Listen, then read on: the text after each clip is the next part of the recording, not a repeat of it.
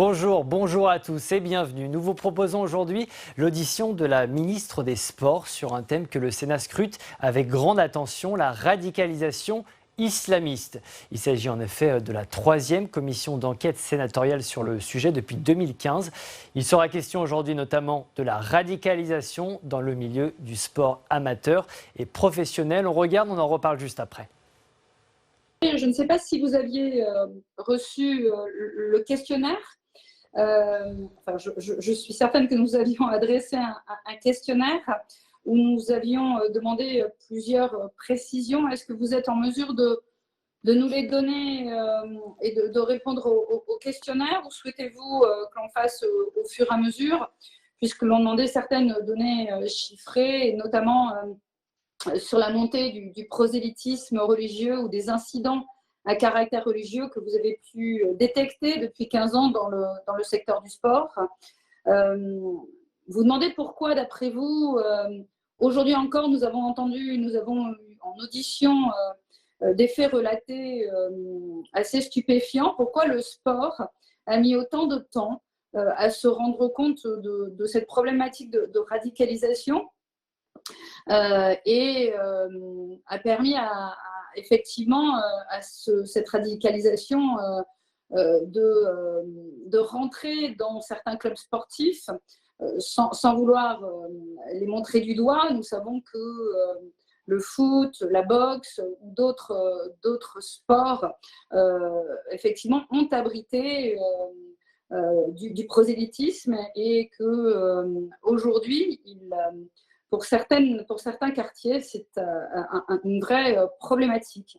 Et enfin, par rapport à ces actes de prosélytisme, quelles sont les sanctions, puisque l'on a vu qu'il était assez difficile pour le ministère des Sports d'agir directement. Il fallait le faire puisque vous étiez en face d'associations, mais aussi de fédérations qui ont une certaine autonomie. Donc, quelle est votre marge de manœuvre en tant que ministre des Sports? Voilà, ça, c'est une première vague de questions que je souhaitais vous poser. Je suppose que Madame la rapporteure en aura beaucoup aussi, mais êtes-vous en mesure de pouvoir nous donner des précisions par rapport à notre questionnaire notamment? Merci. Alors bien sûr, nous avons préparé un certain nombre de données que nous mettons à votre disposition. Nous allons vous envoyer les données chiffrées. Maintenant, si vous voulez des réponses, j'allais dire, plus générales, nous pouvons échanger sur ces sujets, bien évidemment. Je crois que le phénomène de radicalisation dans la société aussi est un phénomène dont notre société a pris conscience il n'y a pas si longtemps que cela, finalement. Donc, dire que le sport n'en a pas pris conscience, finalement, il faut qu'on réalise que le sport n'est que le miroir de la société. Même au moment où on parle de violences sexuelles dans le sport, évidemment, c'est pas dans le sport que ça se passe précisément. C'est comme la radicalisation, c'est pas dans le sport que ça se passe précisément. Lorsqu'on trouve des personnes déviantes et qui ont aujourd'hui, qui sont passées de la radicalisation au terrorisme, et qu'on les a arrêtées et qu'on a regardé leur parcours de vie, inévitablement, comme beaucoup de personnes en France, elles sont passées par un club sportif. Donc de là à faire un raccourci, à dire que c'est dans le sport qu'elles se sont radicalisées, voilà, c'est pas la même chose de dire la personne, quand on regarde son parcours de vie, est passée par un club sportif, et là il y avait possibilité pour elle peut-être de rencontrer d'autres personnes et de faire de les convaincre à sa cause, ou éventuellement dans un sport sportif, dans un club sportif, d'aller vers des pratiques qui servent sa cause, parce que c'était un club de combat, ou c'était un club où il a appris à tirer, ou effectivement. Mais aujourd'hui, clairement, nous n'avons pas de données précises, chiffrées, scientifiques, éprouvées, pour dire qu'il y a un réel lien entre la pratique sportive dans une association ou en dehors d'une association et la radicalisation. C'est pour cela que ce que nous poussons fortement, c'est aujourd'hui la possibilité d'obtenir ces études et de faire de vraies études sérieuses universitaires sur ce sujet. D'autant plus que le phénomène, on le voit dans les différents discours qu'on entend, est difficilement cernable en fait. Je me permettrais, parce que dans votre question il y avait le mot prosélytisme religieux. Aujourd'hui, si on veut rentrer dans la définition de ces termes,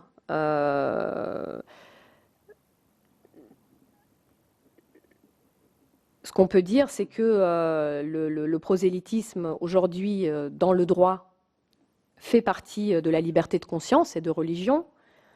L'expression religieuse en soi n'est pas incompatible avec la pratique d'un sport, dans un cadre associatif de droit privé et y compris dans des équipements sportifs publics. Ce qu'on peut, nous, ministère des Sports, détecter, si tant est que nous en avons l'occasion, c'est est-ce que ce prosélytisme entrave l'ordre public, le bon fonctionnement du club? Est-ce qu'il entrave les règles d'hygiène et de sécurité? Est-ce que c'est un comportement abusif et excessif si on regarde les populations qui sont accueillies dans les clubs, étant donné que dans certains clubs, il s'agit de l'accueil de mineurs avec une relation hiérarchique entre un entraîneur ou un adulte et plusieurs enfants. Donc, effectivement, à partir du moment où déjà on a du mal à qualifier juridiquement ces notions et déjà le juge lui-même a du mal à les qualifier, j'allais dire, quelqu'un qui est mandaté par le ministère des Sports et doit aller contrôler une association sportive avec une feuille de route qui, a priori, n'est pas celle-ci, puisque quand quelqu'un de mon ministère va contrôler une association sportive, il va y mener un contrôle en conformité des diplômes de l'éducateur, des règles d'exercice de cet éducateur dans cette association, de la bonne conformité de l'équipement en lien avec la pratique qui est proposée. Et le ministère des Sports, ce n'est pas lui qui a les compétences aujourd'hui de détecter une personne radicalisée. C'est bien pour cela que depuis la circulaire de 2018, signée entre le ministère des Sports et le ministère de l'Intérieur, le choix qui a été fait, c'est de cibler certaines associations qui ont été, elles, détectées par le ministère de l'Intérieur, de mener à bien ces contrôles de manière ciblée. Et puis derrière, chacun dans notre périmètre, d'apporter l'éclairage les uns aux autres de ce qui peut relever d'un incident, j'allais dire d'un incident, comme vous dites dans votre question, qui pourrait être relative à la laïcité, mais encore faut-il s'entendre sur ce qu'est la laïcité, puisque voilà, chacun peut en avoir aussi sa propre définition, alors que celle-ci, elle est clairement inscrite dans la loi. Des faits de radicalisation, de prosélytisme, de séparatisme, sachant qu'un contrôle est fait à un moment donné, que les personnes sont informées qu'il va y avoir un contrôle. Et évidemment, s'il y a de telles pratiques, ça ne va pas se passer au moment où les personnes vont venir contrôler. Donc, nous avons choisi au ministère des Sports plutôt d'axer notre action sur le fait de sensibiliser et de former les intervenants en milieu associatif à être en capacité de repérer, d'observer, de repérer les signes faibles, les signaux faibles, de pouvoir les reporter et les signaler à l'administration pour que du ministère des Sports, cela puisse arriver au ministère de l'Intérieur et qu'on puisse croiser en fait les données. Mais aujourd'hui, le ministère des Sports n'est pas en capacité lui-même d'avoir accès aux données auxquelles que le ministère de l'Intérieur gère et qui d'ailleurs sont secret défense. Donc quand le ministère de l'Intérieur nous invite à aller contrôler avec eux dans certaines associations pour que nous puissions, entre guillemets, faire la traduction de ce qu'est une association sportive pour les personnes du ministère de l'Intérieur, nous le faisons, mais nos contrôles à nous ne ciblent pas cette thématique-là, qui aujourd'hui, nous l'avons fait au moment où il y a eu une inspection générale qui avait été commanditée par M. Caner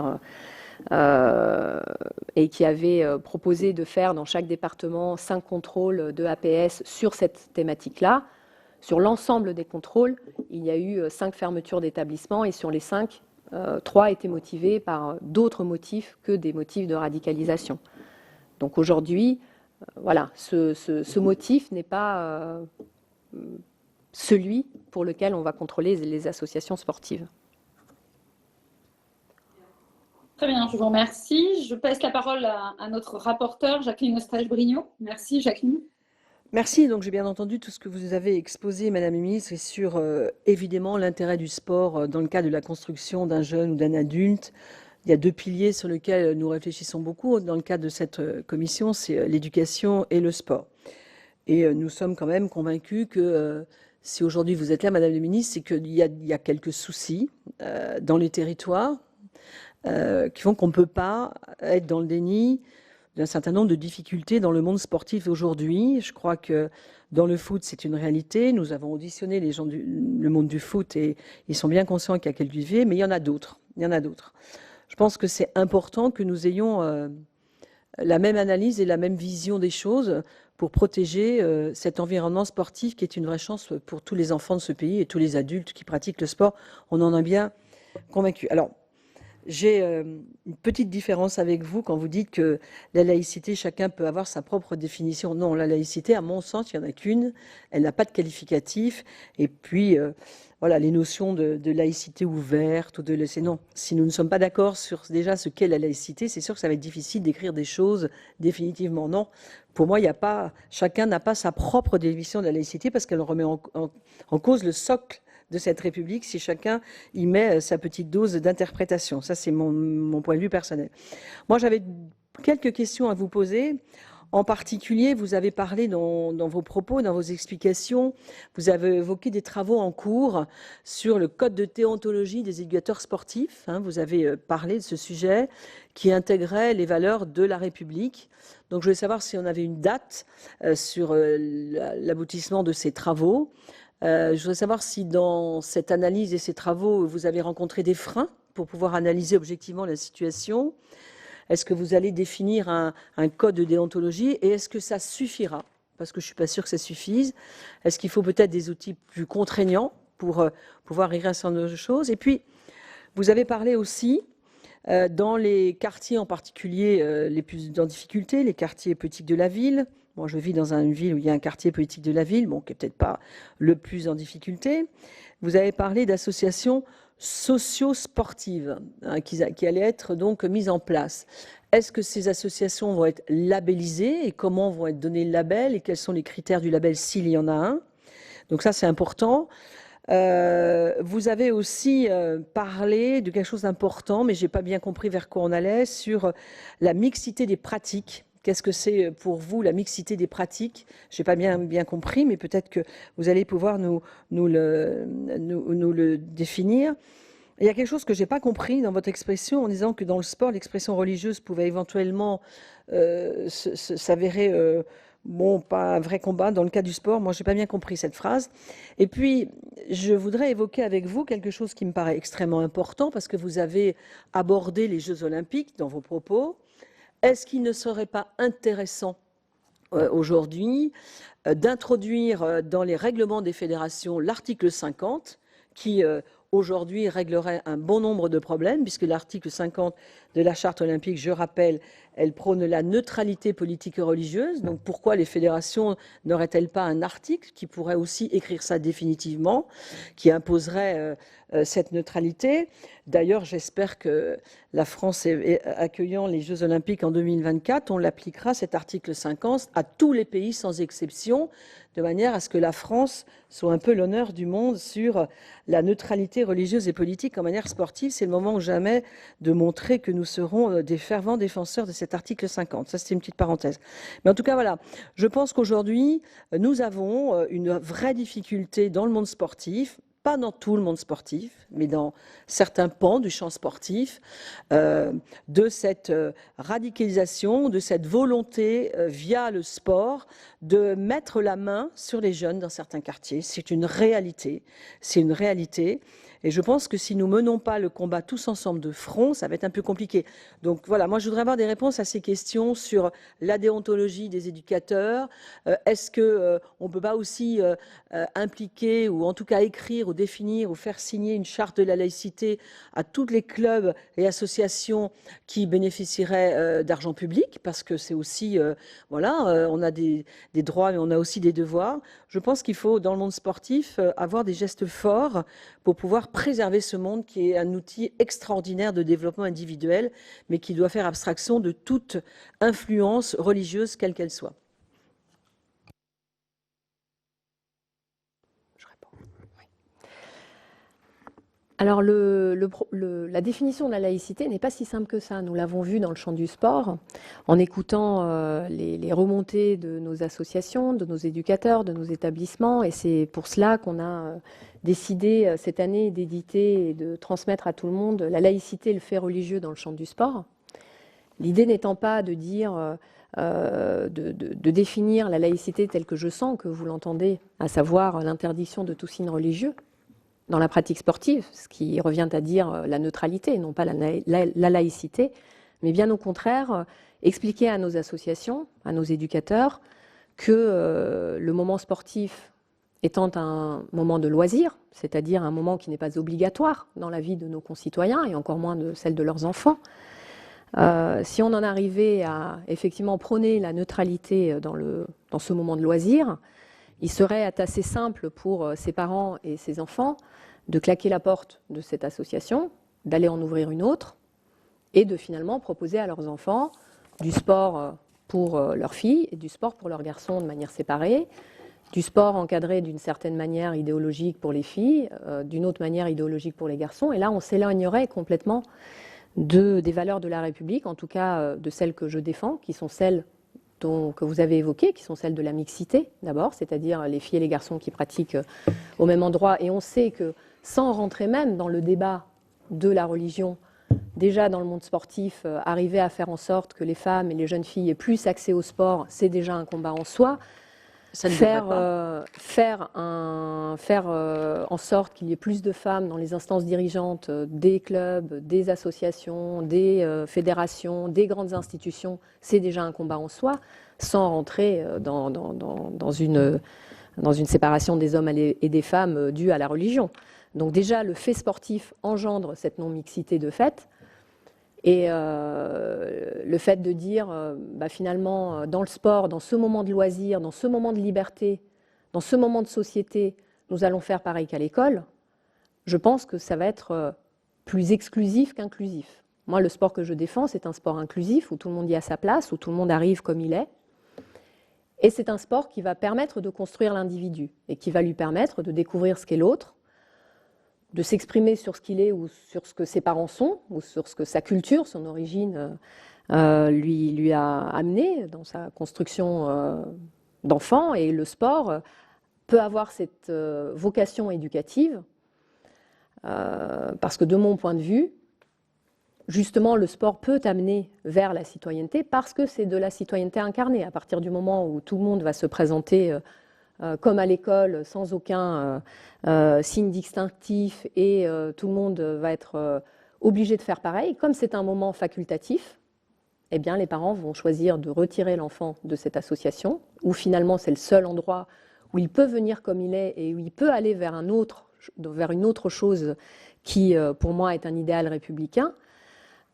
Et à ce moment-là, c'est là qu'on va aller vers du séparatisme et vers des dérives communautaires. Donc tout l'enjeu de ces acteurs sociosportifs dont vous avez parlé et que nous voulons promouvoir dans les quartiers peut-être les plus compliqués par rapport à ce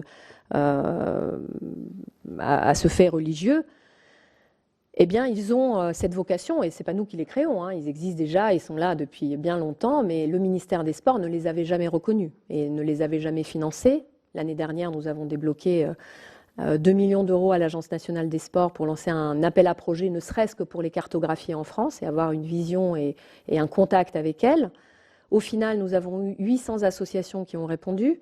Nous avons augmenté notre fonds d'1 million supplémentaire. Cette année, il va encore augmenter, de manière à pouvoir vraiment créer un lien avec ces associations, à pouvoir voir où elles sont dans les territoires, à appuyer leur présence et proposer effectivement un label citoyen républicain à celles qui s'engageront à nos côtés grâce à la signature d'une convention spécifique, puisque la plupart d'entre elles ne sont pas fédérales, elles font partie d'un réseau associatif pas forcément toujours fédéral. Nous essayons aujourd'hui de créer des ponts entre ce réseau associatif et les fédérations pour qu'elles puissent rentrer dans un cadre que nous maîtrisons mieux et plus, parce qu'avec les fédérations, nous avons plus de leviers d'action. Nous avons le contrat de délégation que je désire renforcer. Nous avons les projets sportifs fédéraux sur lesquels ces associations peuvent s'engager pour l'inclusion, l'insertion des publics les plus fragiles dans les quartiers et qui ont besoin justement du soutien et de l'accompagnement de nos éducateurs.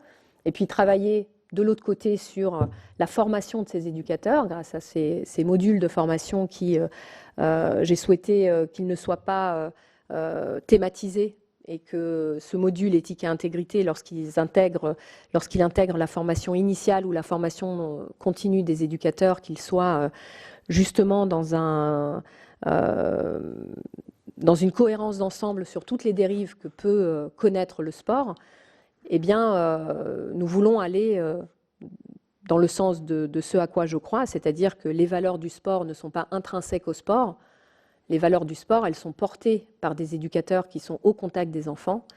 Et c'est sur ces encadrans-là, sur leurs valeurs à eux, qu'il faut qu'on travaille, qu'il faut qu'on initie ce travail, parce qu'aujourd'hui, dans les modules de formation, ces modules existent, mais ils sont optionnels, ils ne sont pas évalués. Et aujourd'hui, on veut enrichir le contenu, on veut les rendre obligatoires, on veut que dans les formations, il y ait un temps spécifique qui leur est accordé, et puis derrière, qu'ils soient évalués au moment de la formation initiale. Mais ça ne suffit pas. Il y a beaucoup d'éducateurs aujourd'hui qui ne sont pas passés par ce type de formation, donc il faut que ce soit aussi de la formation continue. Et il faut qu'on croise les regards, parce qu'encore une fois, ce n'est pas parce qu'un éducateur a suivi ces modules de formation qu'il ne va pas en dévier une fois qu'il va être en activité. De toute façon, il n'y a pas d'autre solution que d'avoir des regards croisés entre les personnes qui accueillent les associations dans les équipements sportifs, donc les personnels municipaux qui sont là à ouvrir le gymnase chaque jour, qui sont en capacité de détecter ce qu'il se passe dans les vestiaires, de détecter et d'alerter derrière sur des comportements qui effectivement pourraient toucher à la déviance de l'association sportive de son objet initial, parce qu'encore une fois, je le redis, le prosélytisme n'est pas interdit en France. Il n'est pas interdit même au sein d'une association. Aujourd'hui, c'est le fait qu'une association sportive n'ait pas le droit d'utiliser un équipement pour autre chose que pour la pratique sportive et qu'elle n'ait pas le droit de rassembler des enfants pour un autre objet que la pratique sportive, parce que ça fait partie... voilà, si son objet c'est la pratique sportive, il n'a pas le droit de les rassembler pour faire la prière ensemble ou pour... faire autre chose, pour les faire prier. Donc c'est à ça qu'on veille, et c'est à ça qu'on veillera, pas à autre chose. Ouais, je voulais revenir sur vos propos, parce qu'il y a des propos qui me perturbent. On est tous d'accord, et je pense qu'on se bat pour ça, pour dire que le sport, comme l'école, sont des vecteurs d'intégration républicaine et portent les valeurs républicaines que nous défendons. Et si cette commission existe, c'est que nous pensons que certains socles de notre République sont en danger aujourd'hui. Et vos propos m'interrogent. Vous partez d'un principe que dans le sport, qui est un loisir, qui n'est pas obligatoire, que les gens viennent s'ils en ont envie, on ne peut pas aborder les choses de la même manière qu'à l'école, parce que l'école est obligatoire. Ça veut dire que, en gros, alors peut-être j'exagère, hein, mais vous me reprendrez, on baisse un peu les bras dans le monde sportif et on laisse faire les choses parce que c'est un caractère non obligatoire. Pour moi, c'est céder aux pressions communautaristes quand on dit ça, parce que ça veut dire qu'on laisse faire des choses sous prétexte que si on était un peu plus exigeant, des gens claqueraient les portes. Moi, je pense que c'est l'inverse qu'il faut faire, c'est en étant exigeant qu'on les garde avec nous et qu'ils ne s'éloignent pas. Mais ça, c'est un point de vue très personnel. Donc, du coup, je suis un peu inquiète et je me dis, du coup, avec vos propos, pour vous, Madame la Ministre, quelle est la place de l'expression religieuse dans le sport? Parce que c'est presque ça que vous avez dit. On peut laisser faire parce que ce n'est pas obligatoire, on n'a pas les mêmes objectifs, les mêmes contraintes qu'à l'école. Donc, quelle est pour vous la place de l'expression religieuse dans le sport? Parce que c'est un peu de ça dont vous avez parlé, en disant qu'il ne fallait pas rejeter les gens. Mais ça, on est tous d'accord qu'il ne faut pas rejeter. Mais en même temps, aujourd'hui, la République, elle doit lutter. Donc, je ne sais pas comment on peut lutter quand on laisse l'expression religieuse dans le sport. Alors, je n'ai peut-être pas compris ce que vous avez dit, mais en tout cas, vos propos me font penser qu'il y a quelque chose de ça. Alors, l'expression religieuse dans le sport, elle n'a pas sa place. On ne vient pas dans un club sportif pour exprimer sa religion. Mais ça va jusqu'où?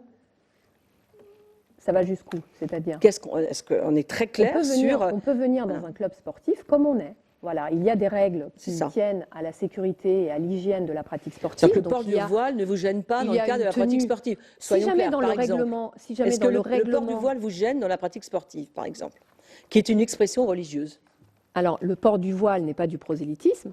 Mais c'est un signe religieux, on est d'accord. C'est un signe religieux. On peut venir avec sa croix autour du cou, on peut venir avec son voile sur la tête. Pas la croix et le voile quand même. Là où on ne peut pas venir avec son voile sur sa tête, c'est lorsque le voile va contrevenir au règlement sportif, et pas pour des raisons religieuses, mais simplement parce que pour des questions de sécurité, on ne va pas pouvoir pratiquer du judo ou de la lutte correctement parce qu'il y a un risque d'étranglement.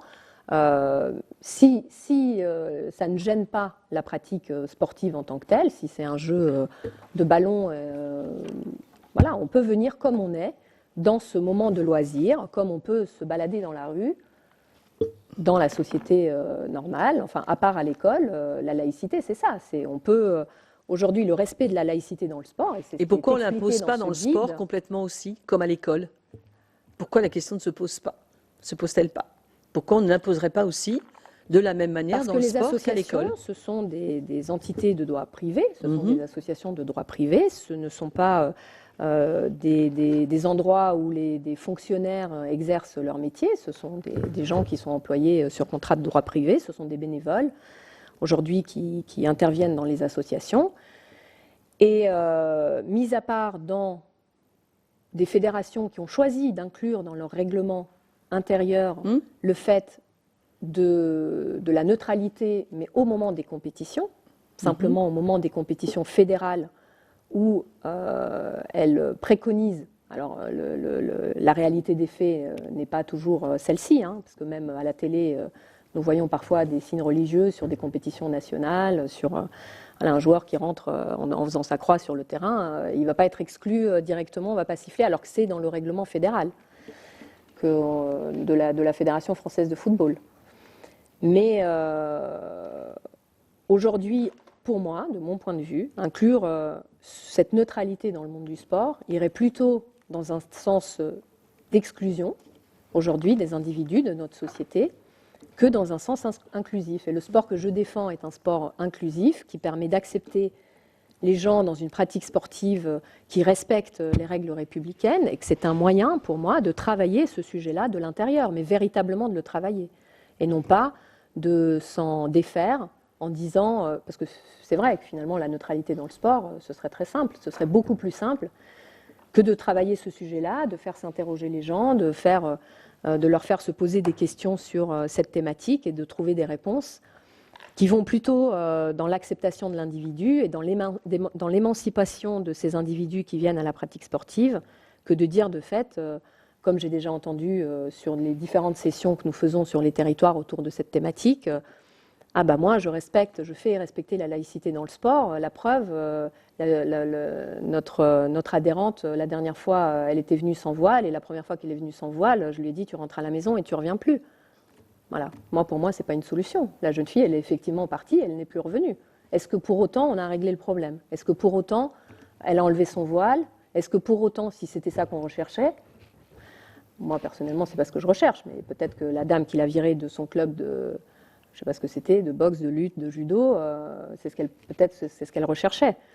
Mais est-ce qu'on a résolu le problème? Je ne pense pas. Je pense qu'elle avait peut-être un parcours plus intéressant à faire au sein de cette association. Elle avait un parcours plus intéressant à faire au sein de notre République. Et ce n'est pas parce qu'elle portait un voile que d'un seul coup, toutes les filles de l'association se seraient mises à porter un voile. Si tant est que nous pensons que le voile est un signe de prosélytisme religieux et que c'est ça que nous voulons combattre. Entre le ressenti. Merci Madame la Ministre. Je vais passer la parole à notre collègue Jean-Marie Bockel qui est en train, et j'espère que nous arriverons à l'entendre comme il faut. Et ensuite, je vous poserai moi-même quelques questions. Jean-Marie Bockel.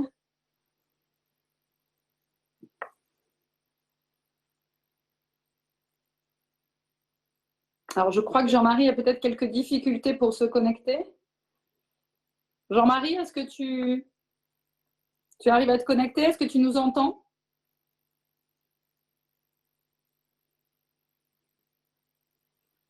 Non, pour l'instant, nous… Est-ce que vous m'entendez? Ah, ça y est, oui, voilà, maintenant, oui. Moi, je vous entends. Est-ce que vous m'entendez? Je suis dans le train, Oui. ce n'est pas évident. Oui, oui, nous t'entendons. Oui. Alors, écoutez, voilà, je voudrais bien sûr saluer la ministre que je connais bien, puisqu'elle était citoyenne de Mulhouse et qu'elle a été notre fierté comme sportive. Nous n'avons pas toujours été d'accord politiquement, mais j'ai évidemment beaucoup d'estime pour elle. Par contre, je partage les questionnements de la rapporteure à l'instant et les réponses de la ministre à la rapporteure, en fait, m'amènent à dire la chose suivante. Je pense qu'il faut être pragmatique. Il ne faut pas empêcher des jeunes de faire un parcours vers la République. Ça, je l'entends. Mais tout dépend de là où on parle. De mon point de vue, quand on est ministre de la République, surtout dans le contexte français actuel, il est important d'être clair sur un certain nombre de principes. Et accepter certaines réalités sur le terrain est une chose. La frontière entre accepter et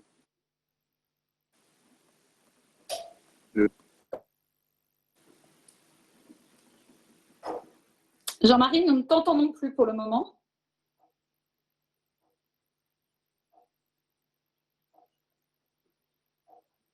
Alors, nous allons voir si la connexion se rétablit.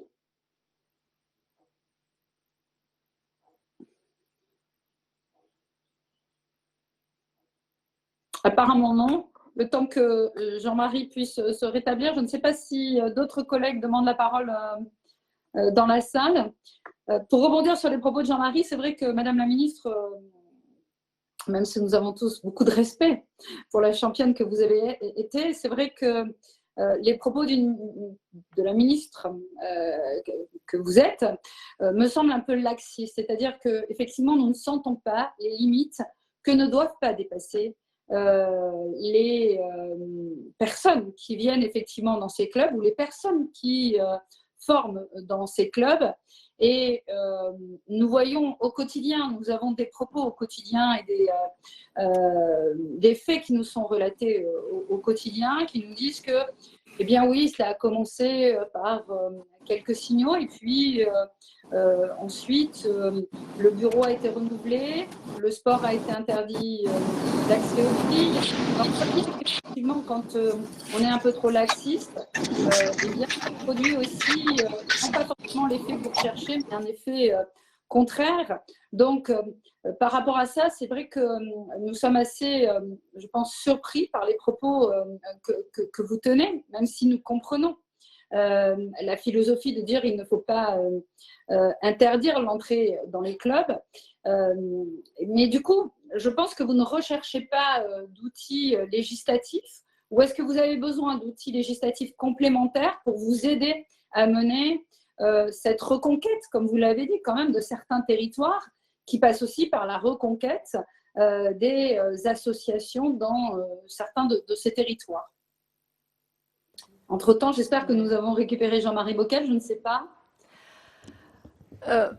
Moi, je vais vous poser en fait la question finalement de la mesure, hein, parce que vous me dites vous avez des choses qui vous remontent, des faits qui vous remontent. N'hésitez pas à nous en faire part, puisque quand moi je vous dis aujourd'hui nous n'avons pas de signalement qui nous remonte, ni de la part des collectivités, ni de la part des fédérations, ni de la part des éducateurs. Nous en avons un certain nombre et nous menons des contrôles. Hein. On a eu des contrôles ciblés qui ont augmenté. Hein. On a les chiffres, nous vous les donnerons.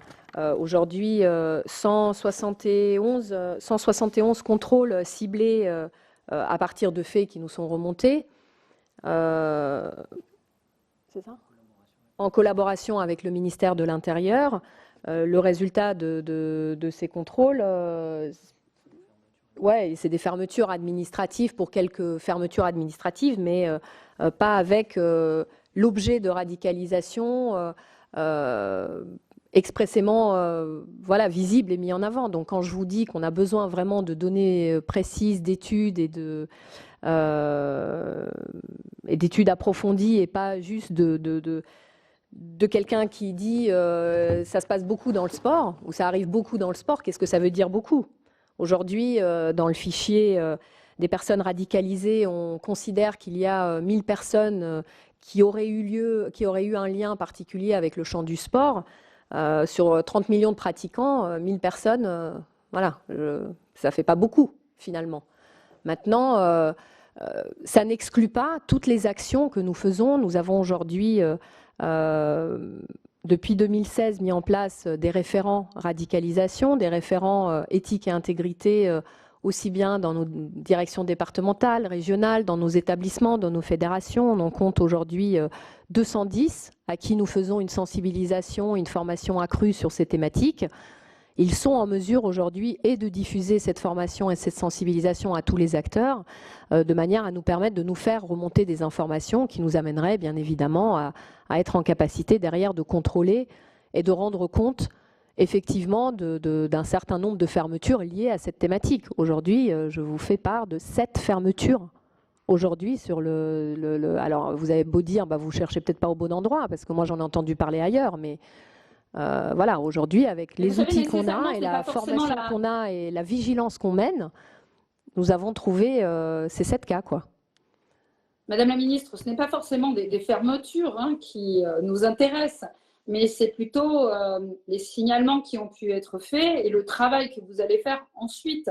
Il y a des signes avant-coureurs qui, effectivement, ne sont pas de nature à demander une fermeture, mais une étroite surveillance, ou en tout cas un recadrage de la structure. Je ne crois pas qu'aujourd'hui, en tout cas la Commission n'est pas à la recherche de dire il faut fermer, bien sûr, quand c'est nécessaire, mais c'est tout ce travail de prévention de la radicalisation, nous vous entendons, mais effectivement, on a l'impression que quelques signes avant-coureurs ne sont pas problématiques, et du coup, l'interrogation de mes collègues se fait dans la graduation, c'est-à-dire que pour vous, à quel moment est-ce que l'on doit s'inquiéter, quels sont pour vous les premiers signes.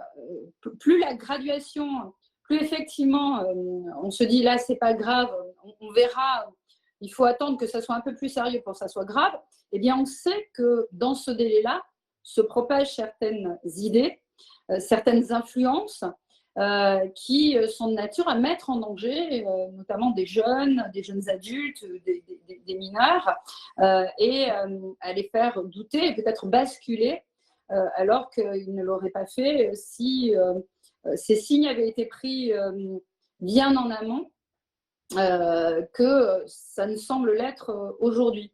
Voilà, c'est plutôt des précisions de ce type-là. Puis j'en profite pour vous demander officiellement, effectivement, si nous pouvons avoir les réponses détaillées à notre questionnaire.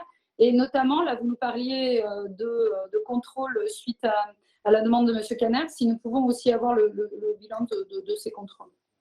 Bien sûr, vous les aurez. Si vous voulez, je peux vous fournir le rapport de l'IG de l'époque. Oui. Maintenant, évidemment, moi, je n'ai jamais dit qu'il fallait, à partir du moment où il y a un signe, et j'imagine que si vous êtes au courant qu'il y avait un signe avant-coureur, nous aussi, nous en sommes au courant. J'imagine que vous l'avez signalé et que du coup, on est allé contrôler cette association spécifiquement ou les associations dont vous faites état, puisque vous êtes au courant. Donc, évidemment qu'à chaque fois qu'on reçoit des signalements, on va inspecter, et c'est pas pour rien qu'il y a les 170 contrôles, ils ne sont pas venus de nulle part. Ils sont venus, c'est des contrôles ciblés, soit parce que le ministère de l'Intérieur suit spécifiquement des personnes et qui nous appellent pour venir avec eux dans les associations sportives où ils pratiquent, ou parce qu'effectivement, c'est des signalements qui nous sont remontés par les collectivités, par les éducateurs eux-mêmes, par les fédérations, et à ce moment-là, nous agissons. Donc, oui, nous, quand le problème existe, nous le traitons. Nous avons de quoi le traiter. Nous avons aujourd'hui un réseau. Moi, là où je veux simplement moduler le sujet, c'est que le problème n'est pas finalement celui que vous semblez proposer, celui de la neutralité ou pas du sport. Vous avez évoqué tout à l'heure l'article 50 de la charte olympique. C'est bien cet article-là qui va sans doute nous permettre de voir à la télévision des filles voilées faire du sport pendant les Jeux Olympiques. J'espère que non. Oui, mais dans cet article 50... J'espère que non, parce que Paris doit être exemplaire. Oui, mais dans cet article 50, il est mentionné que le port du voile est un signe culturel et non pas cultuel. Oui. Donc ça n'irait pas du tout dans le sens que vous voudriez que ça aille si jamais on incluait l'article 50 dans les règlements des fédérations. Dans la charte olympique, Il n'y a pas la le voile possibilité le voile est un symbole culturel. pour le CIO. Non mais Pour le c'est CIO, juste c'est l'article hallucinant que d'entendre vous... ça aujourd'hui, au Voilà. XXIe siècle, par un ministre des Sports qui nous dit que Non, je le vous dis que pour sport, le c'est pas CIO. vous, que le Bah sport oui. dit que le voile est un symbole culturel. Il y a des femmes qui se battent pour se libérer, qui doivent hurler à travers le monde en entendant des propos pareils aujourd'hui. Permettez-moi de le dire parce que c'est quand même juste hallucinant. Donc moi, je ne suis pas pour le que monde du l'article sport ose 50... porter ça Bah oui. comme Mais- un vecteur culturel, le voile. Ben, j'ai rarement Moi, entendu je ne ça. suis pas pour que l'article 50 ou un article de ce type soit inclus dans les règlements de nos fédérations. Et C'est vous pourquoi qui l'êtes. Donc, Et pourquoi ça parce vous que gêne? justement, il dit que le voile, c'est un Bien objet sûr. Mais de toute culturel. façon, le voile aujourd'hui, que l'article 50 soit dans les fédérations ou pas, pour vous, ça pose pas de problème. Donc, pourquoi le mettre? Pour le coup, effectivement, vous avez raison.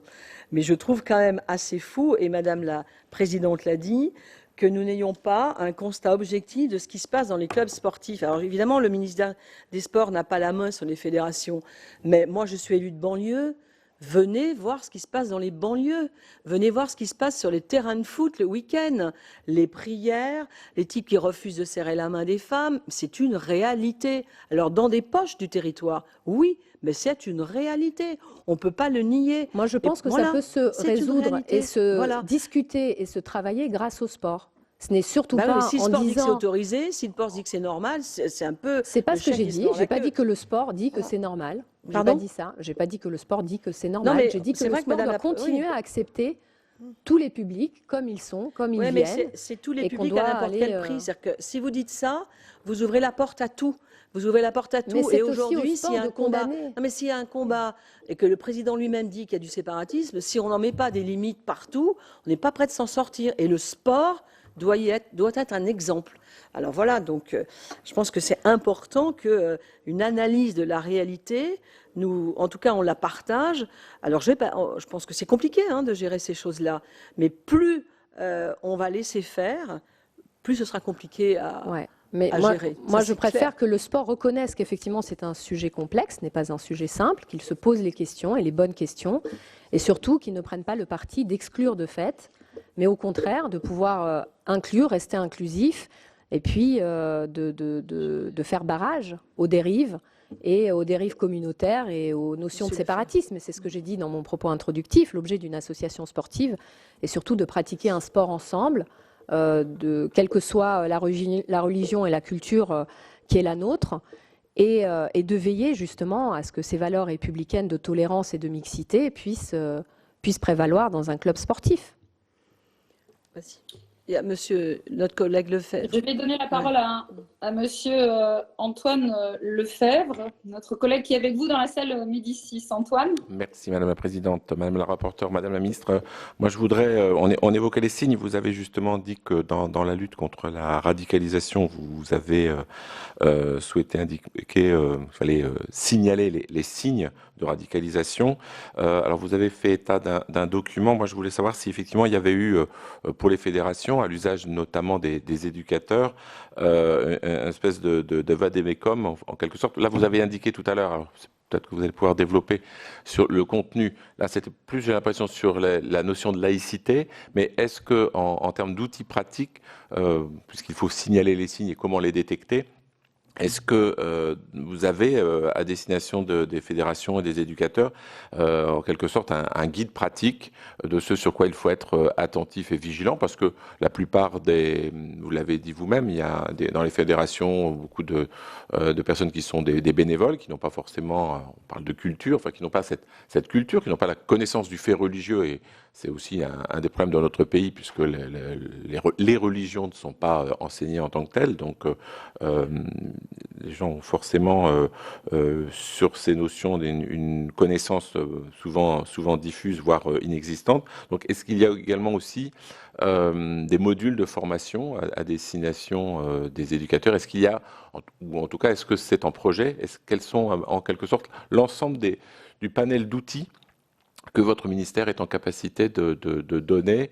Encore une fois, le sujet est complexe, mais on a besoin d'outils, et notamment toutes ces fédérations et tous ces bénévoles au bénéfice des éducateurs. Voilà. Donc j'aurais voulu avoir les outils concrets et peut-être revenir sur le document, si c'est quelque chose qui effectivement est diffusé largement. Vous évoquiez aussi les conférences régionales que vous allez organiser.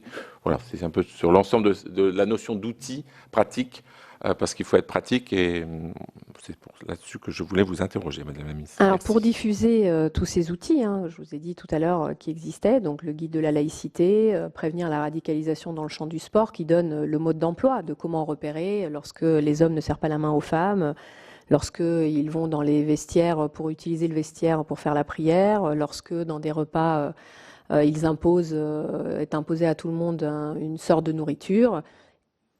Il y a la possibilité effectivement d'identifier ces signes, de les reporter, d'alerter, et puis derrière de déclencher les contrôles dont je vous ai parlé. Nous avons besoin des collectivités pour distribuer ces affichettes, pour pouvoir les mettre dans les équipements, et c'est pour ça que l'utilité de l'Agence nationale du sport va être vraiment prégnante dans les prochaines années, parce que c'est un outil de discussion avec les territoires, où effectivement il y a la possibilité de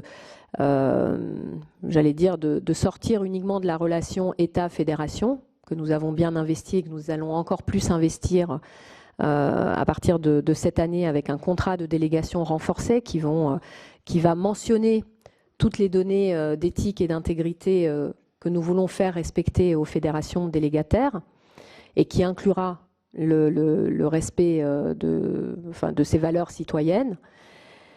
Mais pour le monde associatif, ni la fédération ni l'État ne peut avoir la main sur tout le tissu associatif. 380 000 associations en France. Nous allons avoir besoin des mairies, des territoires, des directeurs des sports qui vont prendre la mesure aussi, au moment d'attribuer les subventions directement aux associations, qu'il y a la nécessité d'avoir une espèce de contrat d'usage de ces équipements, moyennant le respect d'une convention républicaine, d'une charte républicaine à définir par chaque élu de chaque mairie où il y a des associations sportives. Donc nous allons intervenir, et nous intervenons actuellement par le biais fédéral, nous intervenons par le biais de nos services déconcentrés pour contrôler, mais aussi former, sensibiliser et aider à repérer, à détecter, pour pouvoir venir derrière contrôler. Mais effectivement, pour couvrir tout le maillage territorial associatif, nous avons édité des outils que nous allons diffuser via l'Agence nationale des sports, avec une session spécifique au moment de chaque conférence territoriale de l'agence, avoir à côté de chaque conférence régionale un temps éthique et intégrité où seront abordées toutes ces thématiques, radicalisation, dopage et violences sexuelles dans le sport, de manière à voir comment mobiliser les collectivités pour qu'elles se saisissent des outils produits par le ministère.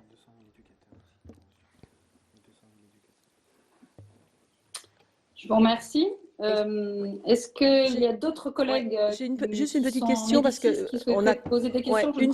Une seule, s'il te plaît, parce que tout à l'heure vous n'êtes pas revenu sur quelque chose que vous avez développé au début de vos propos, Madame la Ministre, sur la mixité des pratiques. Ça veut dire quoi concrètement, la mixité des pratiques dans vos objectifs? La mixité des pratiques, c'est pouvoir pratiquer au sein d'une association avec les filles et les garçons ensemble, avec les personnes handicapées incluses aussi dans cette pratique, et avec des différentes sections si le sport le nécessite, parce que c'est parfois un sport d'équipe qui se joue entre garçons, entre filles. Et quand ce n'est pas un sport d'équipe, valoriser le fait qu'il doit y avoir une mixité des publics qui soient accueillis. Et dans chaque association, pour des raisons, j'allais dire, éthiques et républicaines, mais aussi pour des raisons économiques, nous poussons les associations à ce qu'elles s'adressent à tous les types de publics, et pas simplement à un public qu'elles touchaient historiquement, pour ne pas parler des filles et des garçons qui touchent parfois, qui peut toucher à des convictions religieuses. Je prendrai l'exemple plutôt de la pyramide des âges, où historiquement les clubs sportifs s'adressent plutôt à des jeunes enfants et des adolescents, et n'ont pas tellement d'offres à proposer pour les personnes adultes ou les personnes de troisième âge. Et on n'en comprend pas forcément la raison. Donc aujourd'hui, ce qu'on veut développer, c'est effectivement la mixité des pratiques au sein de chaque association, et que chaque association couvre l'intégralité des publics. Et évidemment, nous avons un plan, nous, spécifique de développement de la pratique féminine au ministère des Sports, où on veut prendre plus en compte la spécificité féminine dans la pratique, et le fait aussi que ces femmes puissent arriver de manière, comme je vous l'ai dit tout à l'heure, plus facile aux instances dirigeantes pour pouvoir accéder à des postes et forcément donner derrière aussi une dimension plus féminine et plus familiale à l'offre qui sera proposée par l'association ou la fédération en question. Je rappelle simplement que sur 34 fédérations olympiques, nous avons aujourd'hui, depuis peu, une deuxième femme présidente de fédération et que tous les présidents de fédération sont des hommes sur toutes nos fédérations olympiques. Ce qui n'est pas le cas sur les fédérations affinitaires, mais voilà, c'est une véritable problématique aujourd'hui, sachant que la dernière loi a proposé une parité, mais pas égale, mais progressive, sur les instances dans les conseils d'administration et au niveau national, mais pas du tout dans les services déconcentrés, dans les structures déconcentrées des fédérations et encore moins dans les associations où finalement on ne peut pas l'imposer, on ne peut que l'encourager et on ne peut que l'encourager en favorisant une offre adaptée aux femmes. Et effectivement, là encore, on va être sur un champ où je suis sûre qu'en débattant, vous et moi, vous allez me dire oui, mais il ne faut surtout pas proposer des créneaux spécifiques aux femmes parce que sinon l'interprétation va être celle de... Et en même temps, il y a des temps de la vie des femmes où on va avoir besoin de sport. Je pense notamment à la maternité où effectivement, après un accouchement, c'est plutôt les femmes qu'on va accueillir de manière privilégiée et pas les hommes. Même si effectivement on peut leur trouver une place spécifique dans un entraînement quelconque, mais voilà, le fait aussi de... Ce que je veux dire, c'est que derrière tout ça, il y a aussi une interprétation. Voilà, le sujet de la commission d'enquête, c'est pas les femmes dans le sport, c'est la radicalisation dans le sport. Donc qu'il y ait des créneaux pour des femmes pour de la gym post-maternité, c'est pas le sujet. Enfin, je pense que ça c'est pas le sujet. Le sujet, c'est savoir jusqu'où on peut combattre la radicalisation dans la société et dans le sport parce ça existe aussi. Est-ce que vous avez ciblé des sports plus spécifiquement touchés par ces problèmes de radicalisation? Est-ce que vous avez... oui, bien sûr. Il y a probablement des sports qui ne sont absolument pas touchés par ça et d'autres. Est-ce que vous avez ciblé des... Alors, dans les contrôles ciblés dont je vous ai parlé tout à l'heure, les 71, les 171, ils ont été faits principalement dans les sports de combat, dans les sports collectifs, et particulièrement dans les disciplines où on a détecté, parmi les 1000 personnes qui font partie du fichier du ministère de l'Intérieur, on a détecté qu'ils étaient plutôt dans tel sport que d'autres sports, et les sports de tir, les sports effectivement de combat et les sports collectifs, où on peut penser qu'effectivement, il y a matière à avoir ce phénomène de groupe et d'incitation, de prosélytisme actif, effectivement, qui serait sujet à une possible radicalisation, et aussi l'utilité de ces sports dans l'action terroriste telle qu'on pourrait l'envisager, parce qu'on y apprend à se battre, on apprend à... l'utilisation des armes à feu. Donc évidemment, nous portons une attention particulière sur ces sports. Mais encore une fois, cette attention particulière est posée par le ministère de l'Intérieur. Et lorsque nous venons avec eux, c'est en soutien et en traducteur de ce qui se passe dans l'écosystème sportif pour pouvoir leur dire, bon, ça peut à vous paraître anormal, mais finalement, dans un contexte sportif, c'est normal. Où là il y a vraiment un problème, et effectivement par rapport à l'habitude qu'on a de contrôle des associations sportives, ça c'est un comportement anormal. Alors j'aurais une question, Madame la Ministre. Vous avez effectivement dit que vous auriez besoin des collectivités locales. Je pense qu'elles ont aussi besoin de vous. Est-ce que vous envisagez d'aller expliquer à ces collectivités locales, en faisant un tour de France, leur remettre les outils, de rencontrer les maires, puisque vous dites que visiblement nous avons des informations que vous n'avez pas, et nous avons auditionné des associations d'élus, nous avons auditionné des personnes qui interviennent auprès d'organismes de formation, qui interviennent auprès d'élus et qui effectivement nous ont fait des signalements. Est-ce que vous envisagez d'aller à la rencontre de ces élus, de leur expliquer effectivement ce que vous mettez en place et d'avoir une discussion avec eux, parce que je pense que c'est toujours plus facile aussi de le faire en direct. Est-ce que c'est au programme de vos prochains déplacements dans les différents départements? Alors personnellement, je l'ai déjà fait, c'était à Villeneuve-la-Garenne l'année dernière, où nous avons fait effectivement ce type de réunion avec les élus, avec les associations locales, nos services déconcentrés, pour que nos services déconcentrés puissent me montrer, en fait, grandeur nature, ce à quoi ressemblaient ces sessions de sensibilisation, de formation en local.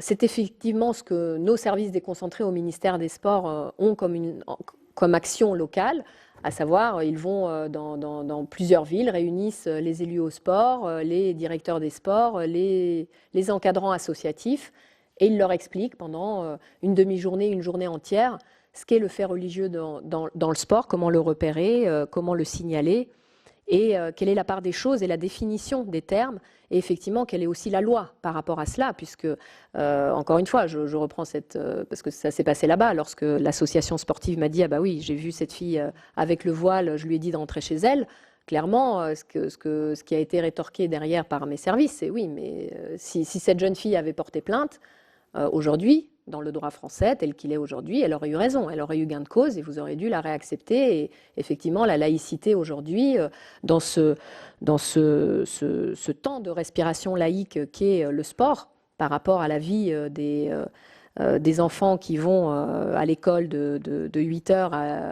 à 17h le soir, c'est effectivement pas entendable du fait de la loi aujourd'hui, telle qu'elle est écrite. Maintenant, c'est vous les législateurs. Le législateur, s'il faut changer la loi, voilà, moi, c'est pas...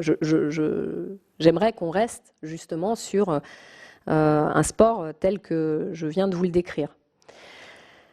Ensuite, est-ce qu'on envisage de le faire à un niveau plus large? Oui, avec les conférences régionales de l'ANS, de l'Agence nationale des sports. Lorsque la déclinaison territoriale sera installée sur tous les territoires, on compte redémarrer le travail aujourd'hui, puisque les décrets sont aujourd'hui enfin, ils ont été validés, Skander, les décrets pour l'agence, pour la déclinaison, pour septembre.